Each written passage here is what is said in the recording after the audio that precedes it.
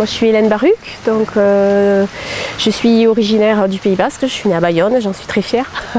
J'ai grandi à Anglette et puis j'ai fait des études à Bordeaux, j'ai passé un doctorat de mathématiques appliquées et puis une habilitation à diriger les recherches. Et j'ai commencé en tant que maître de conférence à l'université de Pau.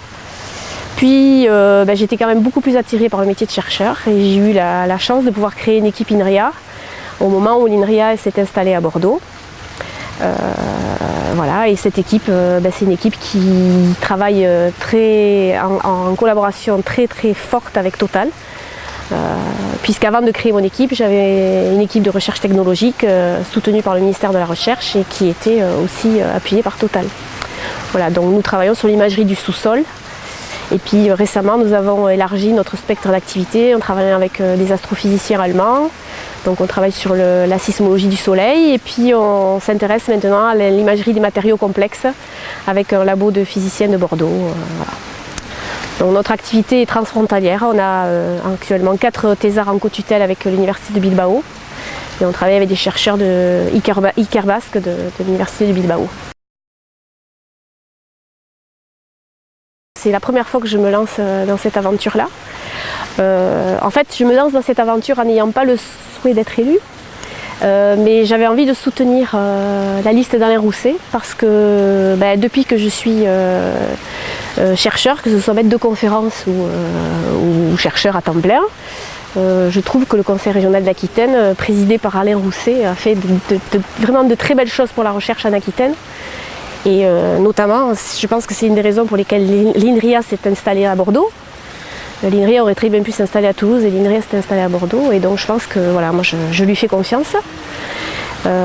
Et pourquoi je ne veux pas après poursuivre, c'est juste parce que je dirige une équipe de recherche et que voilà, on est 20 dans l'équipe avec uniquement 6 chercheurs permanents. Donc tout le reste c'est des jeunes non permanents et il faut que je m'occupe d'eux. Et ça me prend beaucoup de temps et donc je ne pourrais pas faire mon métier d'élu sérieusement. Il y a un grand chantier qui a été lancé dont mon équipe a bénéficié, c'est, je disais justement, les aspects transfrontaliers. Je pense que là il faut qu'on continue à fond dans cette direction parce que au jour d'aujourd'hui je pense que tout le monde a bien conscience que les ressourcements que l'on peut trouver en tant que chercheur pour mener à bien nos projets sont de plus en plus réduits parce que voilà, on est dans un système où les finances ne sont pas au beau fixe. Mais que par contre on a l'Europe qui nous motive à monter des projets et donc quand on a la chance d'avoir si près de nous, puisque c'est Bilbao avec qui je travaille, en 2h30 on y est, quand on a la chance d'avoir des chercheurs super dynamiques qui ont envie de monter des projets, voilà, et je pense que la région Aquitaine et puis la grande région qui se prépare a tout intérêt à soutenir ce genre d'activité. Il y a aussi un aspect, outre que le transfrontalier, c'est vraiment l'aspect international que prennent les projets. Enfin, moi je vois par exemple dans mon équipe, tous les jours on parle espagnol, anglais, et j'ai même mes étudiants qui se mettent à apprendre le basque, puisque les étudiants étant de Bilbao, ils parlent basque. Donc c'est quand même un plus, je pense, pour des étudiants qui se forment. D'abord, ce qui me passionne, bien sûr, c'est ma famille. Donc voilà, j'ai un mari et 2 petites filles, enfin 2 filles qui commencent à être grandes. Donc voilà, c'est d'être avec ma famille. Après, j'ai la chance d'avoir une bande d'amis extraordinaires. Nous sommes tous à l'Amicale des Basques de Pau. Et dans ce cadre-là, nous avons beaucoup d'activités. Nous jouons à la pelote, nous dansons, voilà. J'adore le rugby. Je soutiens l'aviron bayonnais. Je suis allée voir Nouvelle-Zélande de Namibie il y a quelques jours. Voilà, rugby, pelote. Je vais très souvent sur la côte basque qui m'est chère. Et voilà, j'adore la mer. Voilà.